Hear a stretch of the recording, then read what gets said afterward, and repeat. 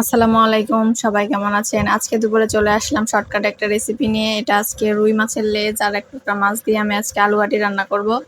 এজন্য শুরুতে আমি মাছ ভালোভাবে পরিষ্কার করে ধুয়ে নিয়ে পেঁয়াজটা ভালো করে তেলে ভেজে নিয়ে সবগুলো মশলা একদম ভালোভাবে দিয়ে নিব। লবণ, হলুদ, আদা রসুন পেস্ট, গুঁড়ামরিচ যা যা লাগে আর কি পরিমাণ মতো দিয়ে আমি মশলাটা ভালোভাবে কষিয়ে নিব। আলু ঘাটি কিন্তু মাছ দিয়ে বলেন, মাংস দিয়ে বলেন, এটার মজা হচ্ছে কষানোর উপরে। যত ভালোভাবে কষাবেন তত খেতে মজা লাগবে।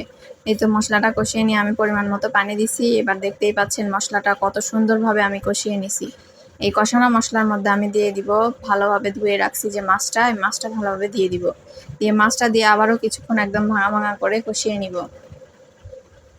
এই তো দেখতেই পাচ্ছেন একদম খুব সুন্দরভাবে আমি কষিয়ে নিচ্ছি। নেওয়ার পরে তো একদম ভাঙা ভাঙা করে নিছি। যেহেতু লেজ, এটাতে কিন্তু অনেক কাটা থাকে, আপনারা ইচ্ছা করলে বেছেও দিতে পারেন। আর এখানে আমি আলু ভালো করে ছিলে নিছি, পরিষ্কার করে নিছি। এখন এটা হাতের সাহায্যে আস্তে আস্তে নরম করে নিব। নিয়ে মাছের সাথে ভালোভাবে কষিয়ে আলু ঘাটি রান্না করে নিব।